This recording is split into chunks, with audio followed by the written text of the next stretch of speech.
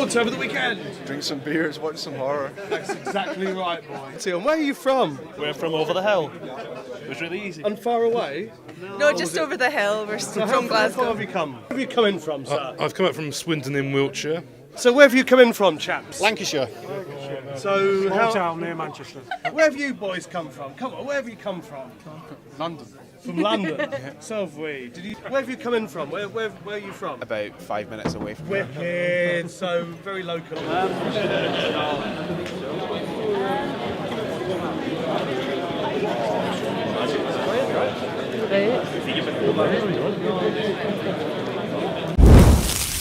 Centurion was just, it's an idea that's been knocking around in my head for such a long time. Whenever I heard the legend of the Ninth Legion, which supposedly marched into Scotland to deal with the Picts and disappeared in the Scotch mist, or vanished from history. And that's all the myth is. I mean, it's pretty straightforward, but as an idea, it just really hooked me as to what might have actually happened to him. And of course, it's one of those things that the more research you do into it, you kind of find out that the Ninth Legion did march into Scotland, but most of them came back again and went off and did something else. But that wasn't interesting. So I stuck with the myth and developed a storyline about what might have happened to them had they been massacred, and this handful of soldiers survive and to try and fight their way back to Roman lines. And you're going to give the fans a sneak preview tonight of some footage from the movie. What have you chosen to show them? I've chosen, well, it's like the first 5 minutes of the film, and one of the reasons I wanted to show that clip was because Axel is just particularly brutal throughout the film, but in that particular clip, it's the attack on the Roman fort by the Picts that kind of triggers off the whole story for our hero, Mike Fassbender. And you get to be particularly nasty to those. Yeah, you're fabulously nasty throughout the movie. So how was that? Well, it was brilliant. It was great. So I play a Pict. Yep.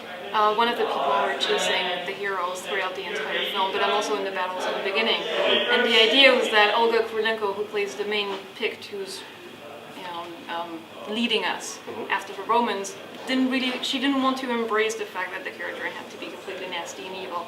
And she thought that it would be better for her if, for her character, if she had, I guess, a more complicated, a more human side, a more She more didn't empathy. want to be the machine kind of killer. And I jumped on the opportunity to just be the nasty piece of work who's just behind and enjoying She shoots killing so many everybody. Romans in the back. I shoot people in the back. I was going to say, it's such a physical role. I mean, Yeah. you're literally doing everything, aren't you? From bows and arrows and horse riding. It was so much fun. It was brilliant. And also, the first time that I saw the weapon that I was supposed to do the fights with, I'm like, it's a tiny little axe. It's Yeah. like this big. It's smaller than my hand, but it did some damage. I really liked it. Excellent. And what are you guys working on next? Is there anything specific? Yeah, I wrote a script that's called The Ghost of Slaughterford, and it's a traditional ghost story. And I wrote that, and I'm supposed to be the lead in it, and Neil is executive producing it. Yeah, I'm trying my hand at producing. Yeah. Very good. And Very we're exciting. hoping to do that in the coming months, so we're putting together financing. And what are you up to next now? I'm attached to a project called Burst with Lionsgate, which is going to be this 3D horror, which can be quite interesting. Or exploding people in 3D.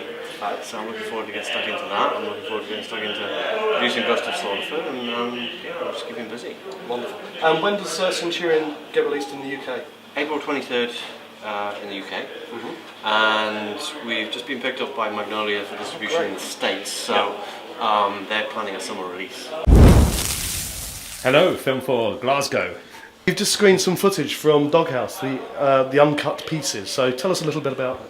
Yes, I've just managed to show the missing footage, which was in my director's cut, which is not on the DVD or has never been seen by anybody. So it's actually a world exclusive of that stuff.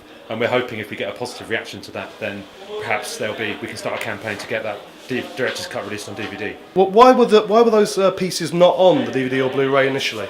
Well, what happened is when we finished the edit of the film, obviously because they wanted it cut down, those stuff never got mastered up properly because that was just my director's cut. But I got taken off as editor before that could be finished, so that footage has just been left on the computer.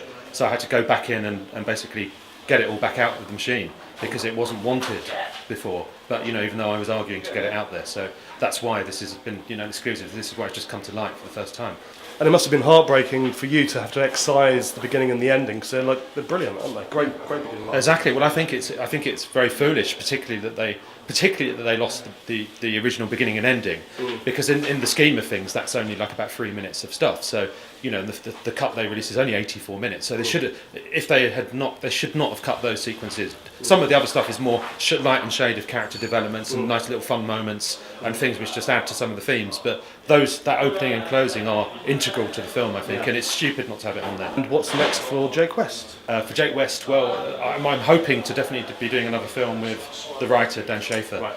We're hoping to see if we can get his graphic novel adaptation of his graphic novel, The Scribbler, off the ground.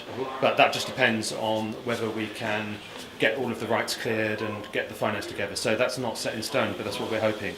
There's also another sort of quirky action film that he wrote called Rollover, which is another script that I've wanted to make with Dan for ages, and that's with producer Terry Stone, who did Doghouse. So This is like a Crank style thing, isn't it? yeah, it's in that realm. I mean, it's kind of different to all of that stuff, but it's a quirky kind of revisionist action movie, which would be great fun to do.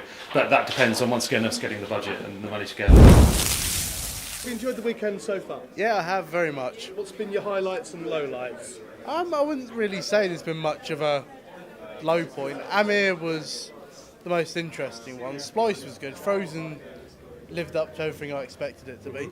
So, have you had a nice weekend so far? I've had a great weekend. And what have you I've had a lot enjoyed? of What's fun. been your favourite? Really enjoyed Frozen and Stag Night last night. They were excellent. I really enjoyed Stag Night. I thought it was fantastic. I really enjoyed that. Frozen was great. I enjoyed the last film. That was excellent as well. Amir was great as well. I enjoyed that. Which have been your favourites and which are your least favourite? I think probably Rec 2 has been my favourite. Okay, yeah. Absolutely loved it. Thought it was Aliens. Right, exactly. And I loved Splice as well, and I loved Frozen. I thought they were fantastic. Did you like the look of Centurion? And I can't wait for Centurion. Okay. But I saw a little bit the other week as well, and can't wait for any Neil Marshall film really. Ones I didn't like so much was Amir or Amir.